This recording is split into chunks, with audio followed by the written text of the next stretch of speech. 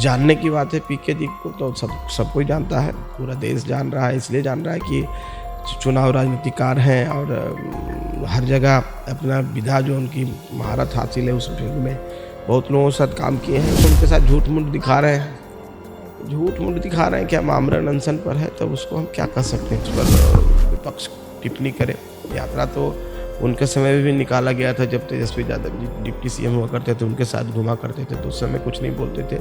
अभी उनके हाथ में कुछ नहीं है तो अंगूर जिसको नहीं मिलता है वो खट्टा ही रहता है। माननीय नीतीश कुमार जी हमारे मुख्यमंत्री हैं, माननीय नीतीश कुमार जी ही कुछ योजनाओं को लाएंगे और इम्प्लीमेंट करेंगे जो जनता के कल्याण के लिए होगा, हितकारी होगा। कह रहे हैं कि अगर वो अच्छे काम करेंगे तो जनता निश्चित तौर पर काम करने वालों को मौका देती है। तो अभी उनको सीखने में कम से कम 10 साल लगेगा, इसलिए हम 10-15 साल बोलते। तो उस कांग्रेस के नेताओं को तो तेजस्वी यादव जी कभी अपने साथ चुनाव प्रचार में ले जाने का कष्ट नहीं किया है। उस लायक तो उनको समझते ही नहीं। आप समन्वय समझ लीजिए क्या है।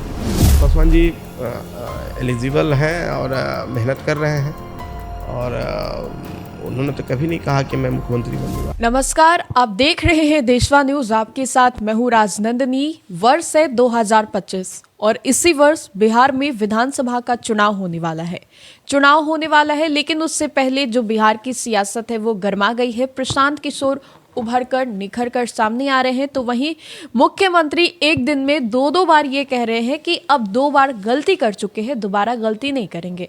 वहीं तेजस्वी यादव का भी बयान आ रहा है। वहीं एनडीए 15 तारीख से निकलने वाली है। सर्वदलीय जो बैठक हुई तो उसके बाद ये निर्णय लिया गया था कि यात्रा पर सभी साथ में निकलने वाले। बातचीत करने के लिए हमारे साथ बिहार सरकार के मंत्री संतोष सुमन है। पीके को आप लोगों ने तो बना दिया नेता, चमका दिया आप लोगों। नेता हम कौन होते हैं बनाने वाले? नेता आप लोग बनाते हैं, नेता जनता बनाती है। और हर व्यक्ति को लोकतंत्र में अधिकार है अपने हिसाब से कार्यक्रम करने का, पार्टी बनाने का, चुनाव लड़ने का। वो भी आए हैं इस मैदान में और 25 में जनता डिसाइड करेगी कौन नेता रहेगा, कौन अभिनेता रहेगा, कौन नायक रहेगा, खलनायक रहेगा। इसलिए अभी कोई चीज़ पर जजमेंट नहीं आना चाहिए। जहाँ तक जानने की बात है पीके जी को तो सब कोई जानता है, पूरा देश जान रहा है। इसलिए जान रहा है कि चुनाव राजनीतिकार हैं और हर जगह अपना विधा जो उनकी महारत हासिल है उस फील्ड में बहुत लोगों के साथ काम किए हैं, इसलिए उनको लोग उस नाते जानता है। लेकिन हमको नहीं लगता है कि अभी तक पॉलिटिकली ऐसा कुछ किए हैं। चाहे कभी चुनाव अभी लड़े हैं, उपचुनाव में चारों जगह हार हुई है उनकी, तो उस तरह का कोई उनको अभी गेन नहीं हुआ है। कोई उस तरह का उनको भी ऐसा चीज़ मिला नहीं जिससे हम कह सकते हैं कि वो नेता हो चुके हैं। तो अभी संघर्ष है। इसी वाले मुद्दे को लेकर के एनडीए की ओर से कोई नहीं गया, लेकिन अब जो है बता रहे हैं, दावा कर रहे हैं पीके की युवा लोग जो हैं वो पीके के साथ हैं। अभ्यर्थी जो मांग को लेकर के वो लगातार डटे हुए हैं, पीछे भी नहीं हट रहे हैं, लाठी डंडे सब खा रहे हैं।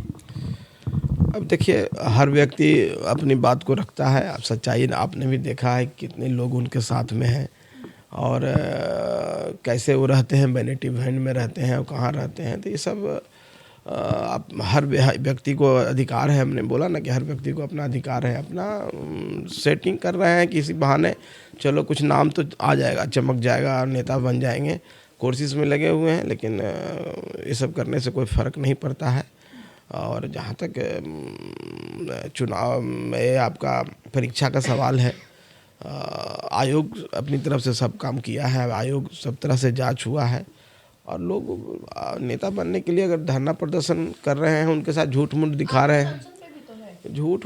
हैं कि हम आमरण अनशन पर है, तब उसको हम क्या कर सकते हैं? कुछ नहीं। झूठ मूठ का आमरण अनशन है और क्या? हमको तो नहीं लगता है कि बहुत ज़्यादा लोग आज के डेट में, गांधी तो कोई दूसरा हो नहीं सकता है, जतिन दास तो कोई दूसरा हो नहीं सकते हैं।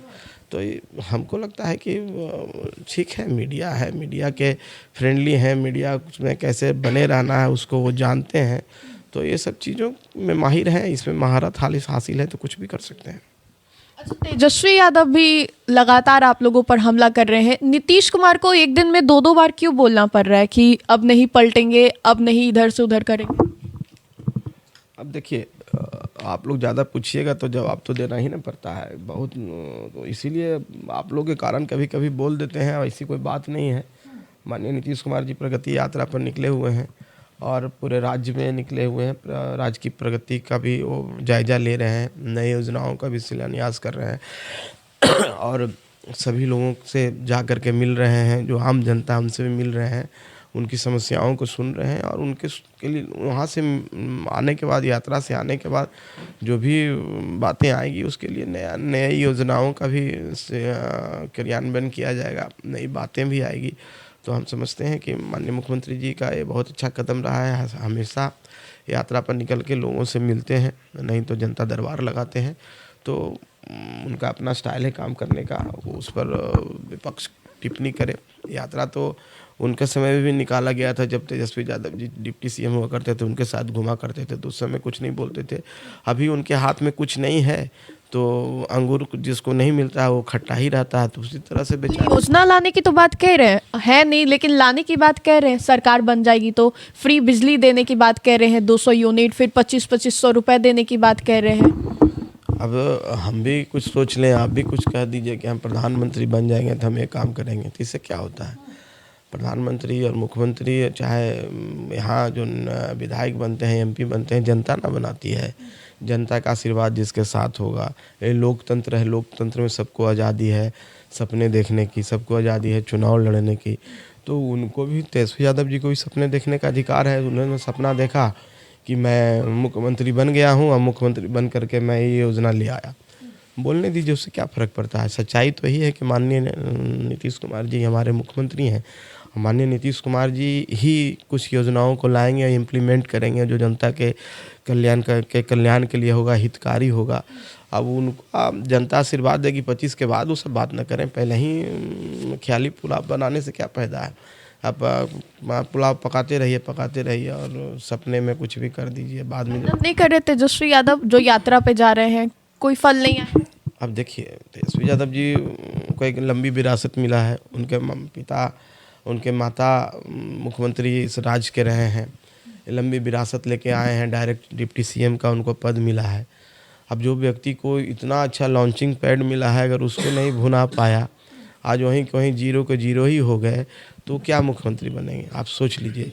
जिनके माता पिता मुख्यमंत्री रहे हों, इतनी बड़ी पार्टी उनको मिला सौगात में, एक लॉन्चिंग पैड मिला कि डिप्टी सीएम डायरेक्ट बन गए विधायक बनने के बाद, तो उसके बाद भी वो कुछ नहीं कर पा रहे हैं। तो इसका मतलब है कि जनता से कनेक्ट नहीं हो पा रहे हैं। इसका मतलब है कि जनता उनको अभी आशीर्वाद नहीं दे रही। इसका मतलब है कि अभी जनता का विश्वास उनके ऊपर नहीं आया है। तो उनको मेहनत करने की ज़रूरत है, मेहनत करने दीजिए। 10 साल 15 साल मेहनत करेंगे तो निश्चित तौर पर मेहनत करते रहेंगे तो कभी कभी जनता का आएगा, लगेगा कि नहीं अभी डिजर्विंग है, तो उनको मौका मिल सकता है। लेकिन अभी हमको नहीं लगता है कि 10-15 साल ये कोई संभावना बार बार यही बात बोलते हैं, 10-15 साल बाद तेजस्वी को मौका मिलेगा। हम इसलिए भविष्यवाणी कर रहे हैं आप बैठे बैठे। भविष्यवाणी हम नहीं कर रहे हैं, हम कह रहे हैं कि अगर वो अच्छे काम करेंगे तो जनता निश्चित तौर पर काम करने वालों को मौका देती है। तो अभी उनको सीखने में कम से कम 10 साल लगेगा, इसलिए हम 10-15 साल बोलते हैं। अभी वो परिपक्व नहीं हुए हैं, अभी वो सीख नहीं पाए हैं। तो जब तक सीखेंगे नहीं, परिपक्व नहीं होंगे, जनता को बीच जाएंगे नहीं, बिहार के गाँवों को नहीं देखेंगे, बिहार के कस्बों को नहीं देखेंगे, बिहार के पगडंडियों को नहीं देखेंगे।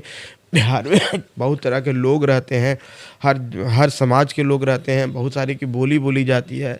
तो कैसे लोग रहते हैं, कैसे खाते हैं, किस तरह की व्यवस्था है, ये सब चीज़ नहीं जानेंगे। और बिना सीखे कोई व्यक्ति को अगर कुछ दे दीजिएगा तो हम समझते हैं कि वो नाश करने के सिवा कुछ नहीं करेगा। इसलिए हम कहते हैं कि एक्सपीरियंस लीजिए, अनुभव लीजिए। यात्रा कर रहे हैं, अच्छी बात है, पैदल यात्रा कीजिए, घूमिए, 10 साल 15 साल बिहार का भ्रमण कीजिए, विदेश छोड़ दीजिए, बिहार का भ्रमण कीजिए। और भ्रमण करके जो आपको सीख मिलेगा, वो अनुभव आपको काम करेगा, तब जाके जनता के बीच में आइएगा तो हो सकता है जनता आपको आशीर्वाद दे। और चिराग पासवान को लेकर देखिए, चिराग पासवान जी एलिजिबल हैं और मेहनत कर रहे हैं।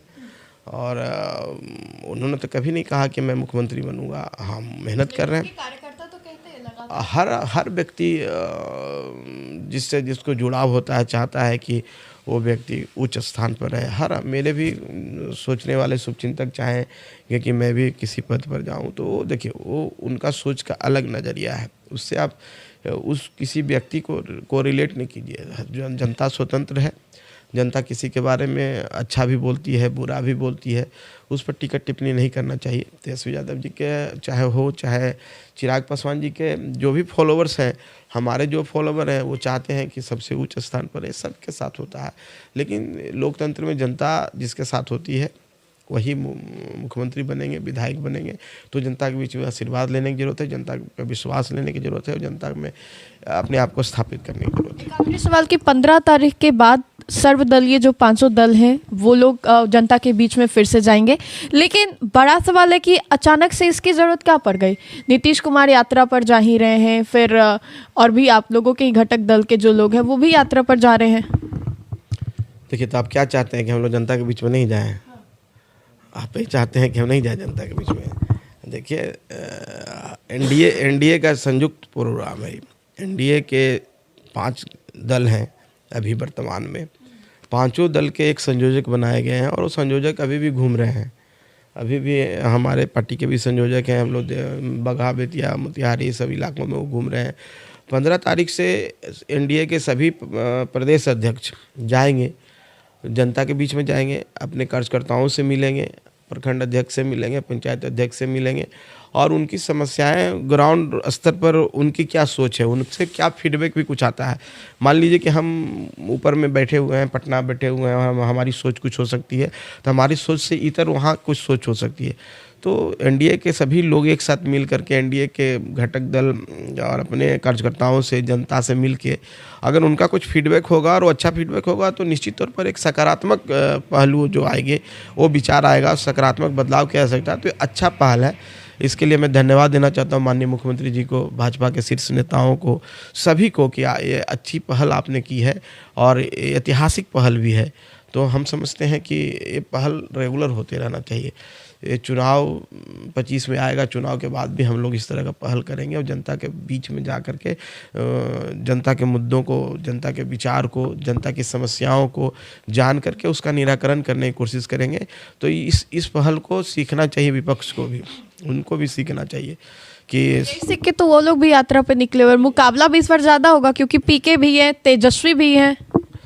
अब देखिए, तेजस्वी जी तो अकेले निकले हुए, किसी के साथ तो नहीं निकले हुए हैं। न कांग्रेस उनके साथ है, न माले उनके साथ है। वो तो किसी को आसपास रहने नहीं देना चाहते हैं। अच्छा, तो बड़ा सवाल आप कर रहे हैं कि उन लोगों में एकजुटता ही नहीं है, कांग्रेस नहीं है। बड़ा सवाल नहीं है, तो सत्य है। आप कभी देखिए कि कांग्रेस चुनाव में भी कहीं नजर आते हैं। तेजस्वी यादव जी कभी कांग्रेस के कोई नेता को लेकर घूमे? कांग्रेस नेशनल पार्टी है। कांग्रेस ने 40-42 साल इस देश पर राज किया है। कांग्रेस देश की सबसे बड़ी पार्टी एक समय में रही है। तो उस कांग्रेस के नेताओं को तो तेजस्वी यादव जी कभी अपने साथ चुनाव प्रचार में ले जाने का कष्ट नहीं किए हैं। उस लायक तो उनको समझते ही नहीं है। आप समन्वय समझ लीजिए क्या है। तो कह देने का सिर्फ गठबंधन है, जिसको महागठबंधन कहते हैं। तो ये कहने के लिए सिर्फ गठबंधन है, धरती पर और धरातल पर जिसको कहते हैं इम्प्लीमेंट नहीं होता। सिर्फ एक मुकेश सहनी जी के साथ चिराग जो ये तेजस्वी जी घूमते थे और इसके अलावा किसी के साथ नहीं घूमते थे। मंच शेयर नहीं जो व्यक्ति कर सकता है अपने घटक दल के साथ, वो क्या गठबंधन बनाएगा? यही तो मैं कहा कि अभी 10-15 साल उनको सीखने में लगेंगे।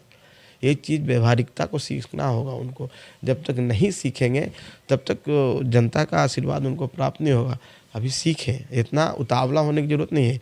कोई चीज़ को हम, ये नहीं है कि एक रात में ही कोई चीज़ प्राप्त किया जाता है। कोई चीज़ को अच्छी चीज़ को प्राप्त करने के लिए संघर्ष की ज़रूरत होती है और वो संघर्ष रातों रात नहीं होता है। वो संघर्ष की अपनी एक दास्तां होती है, उस संघर्ष की अपनी एक कहानी होती है और वो कहानी कोई जानता नहीं है, सिर्फ सफलता को देखता है। तो सफलता को देख के लगता है कि हम भी उसे कर लेंगे, लेकिन उसकी जो संघर्ष क्या रहा है उसको पाने में ये जानना चाहिए। यही मैं तेजस्वी जी को एक बड़े भाई के नाते मैं समझाना चाहता हूँ कि अनुभव लेनी चाहिए और संघर्ष करना चाहिए। जनता का आशीर्वाद मिलेगा, मेरी शुभकामना है। चलिए, तो देखिए अभी महागठबंधन में एकजुटता नहीं है और तेजस्वी यादव को 10-15 साल और संघर्ष करने की ज़रूरत है। ये बयान संतोष सुमन का था। साथ ही साथ हमने क्या कुछ बातें की आपने सुना। फिलहाल के लिए सब रेट्स में इतना ही, हम दोबारा जुड़ेंगे। धन्यवाद।